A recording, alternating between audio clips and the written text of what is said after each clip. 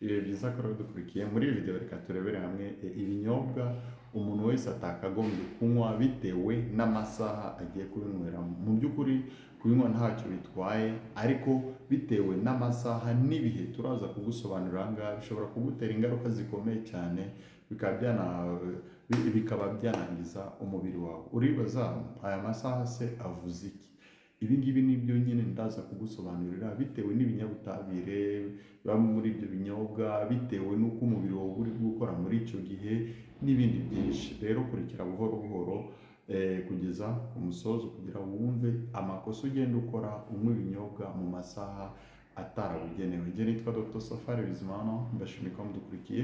Niba ari ubwa mbere wabonye video zacu, kanda kuri subscribe, ukande kuri like. Icya mbere ugomba kumenya rero ni ikawa cyane cyane iyo ya nimugoroba. Ikawa nimugoroba ntabwo yemewe. Kubera ko itemewe ni uko ikawa ibamo kafeyine, kandi kafeyine ijya kubloka ikinyabutabire bita adenosine kiba mu bwonko bwacu, kandi iyo cyabaye bloke rero ibi ngibi nibyo bituma umuntu adasinzira. Niyo mpamvu umuntu aba agomba kwirinda kunywa ikawa nimugoroba kugira ataza kubura ibitotsi. Ariko aha ngaha hari abantu baraza kumbwira njye iyo nayinyweye n'ubundi nta kintu ntwara ndasinzira.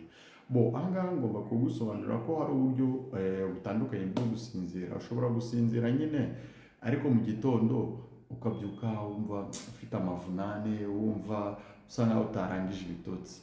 Aha ngaha mu by'ukuri uba wasinziriye, ariko za steps zo gusinzira, za steps enye zo gusinzira, bya bihe bine umuntu acamo iyo asinziriye, iyo umubiri wawe uri kwisanasana, uri gusohora imyanda, uri gutunganya imisemburo, ibyo bice byose umubiri wawe ukaba utabashije kubigeraho kubera ko wagiye kuryama unyweye ikawa.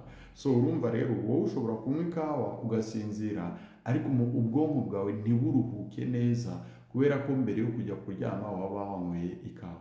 Rero ikawa ni nziza kuyinywa, ikungayemo amapolyphenol, cyane cyane ko izi polyphenol arizo zinajya gufasha umwijima wawe gukora neza. Ariko ikawa ni iyo kunywa mu gitondo, mu gitondo cyane cyane ukayinywa byibuze mbere ya saa 5 za mu gitondo.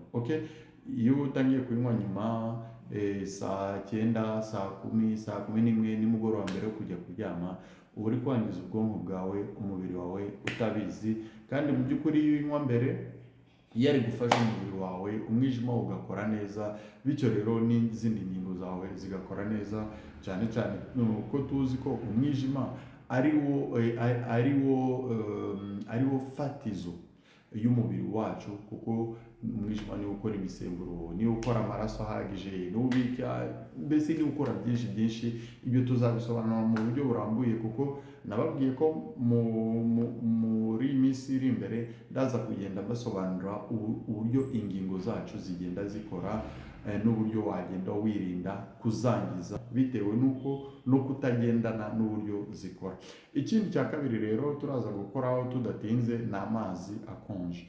Kirazira kunywa amazi akonje igihe uri kurya. Kirazira kunywa amazi akonje igihe uri kurya. Kubera iki? Kuko iyo uri kunywa amazi akonje kandi uri kurya bigutera shock, iyo bita shock thermique.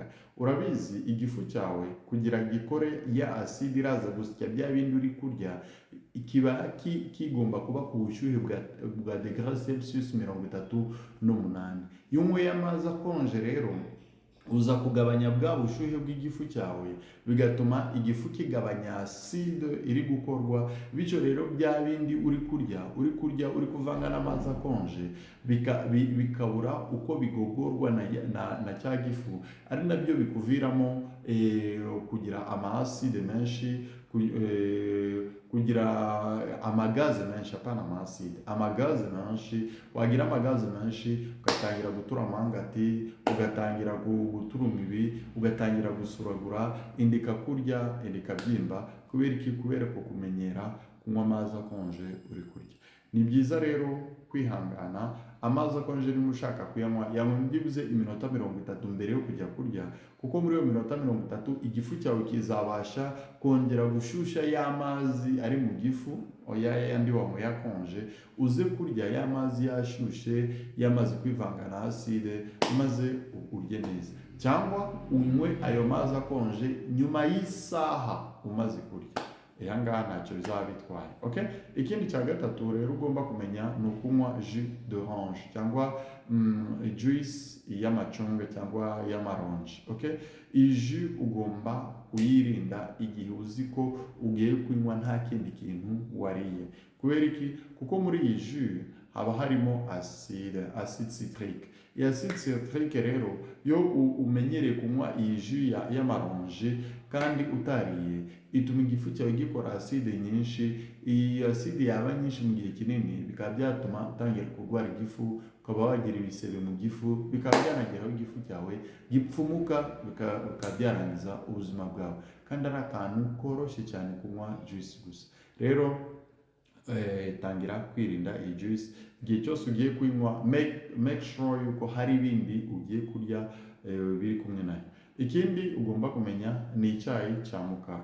Icyayi cya mukaru kukinywa ntacyo gitwaye, ariko hari abantu bamenyereye kunywa icyayi cya mukaru nimugoroba amaze kurya. Yamara kurya agahita azana thermos n'abana bose bakanywa icyayi. Ayo ni amakosa. Icyayi cya mukaru kibamo cafeine nk'ikawa nyine. Rero kirazira kuyinywa nimugoroba. Nimba ari mu gitondo ntacyo bitwaye, biragufasha nk'uko nakubwiye. Iyi cafeine yafasha umubiri wawe, ubwonko bwawe gukanguka, ugakora imirimo yawe neza nta munaniro mwinshi. Ariko kuyinywa nimugoroba ntabwo uba ukeneye ibyo bindi, uba ukeneye kuruhuka. Rero uba ugomba kwirinda icyayi cya mukaru. Ikindi cya gatanu ni ukunywa amasoda, amafanta, amajuice n'izindi soda nyinshi. Ibi ngibi bikunda kuba ku bantu iyo bagiye mu birori, bakagira ibirori bigatinda saa 4 z'ijoro, saa 5 bariyongeyeho mu birori, ugasanga umuntu ari kunywa amasoda, amafanta, munzanire twa fanta, munzanire iki. Umva, ibyo uri kunywa muri iryo joro uri kwangiza umubiri wawe nubwo uri muri ibyo birori, kuko nijoro umubiri wawe ntabwo uba ukeneye amasukari menshi. Ayo masukari rero uba uri kwiyuzuzamo muri ayo masaha, uba ugiye kwangiza umwijima wawe cyane cyane. Rero nijoro ntabwo ari ijoro ryo kunywa ibintu by'amasukari, nta nubwo ari ijoro ryo kurya amasukari. Ibi ngibi wenda nzabivuga mu buryo burambuye, ariko menya ko nijoro atari igihe cyo kurya amasukari. Ikindi ugomba kumenya rero ni ukunywa inzoga nijoro mbere yo kurya. Hari abantu bavuga ngo njyewe iyo nanyweye akayoga mbere yo kuryama ngo nsinzira neza. Mu by'ukuri iyo nzoga ikora nk'ikinya, uba witeye ikinya wowe ukagira ngo waryamye, kandi mu by'ukuri utaryamye. Mu by'ukuri uba umeze nk'umuntu watewe ikinya, kandi icyo kinya ntabwo ari cyo gituma ubwonko bwawe buruhuka. Icyo kinya ntabwo gituma ubwonko bwawe buruhuka, gituma ubwonko bwawe busa nkaho nyine butari gukora, nyine bikaguha impression y'uko waruhutse.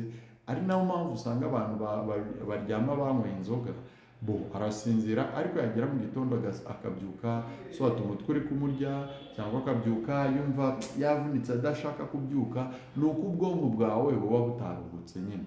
Okay? Ahubwo icyo ugomba gukora, jya unywa amata y'inshyushyu nimugoroba.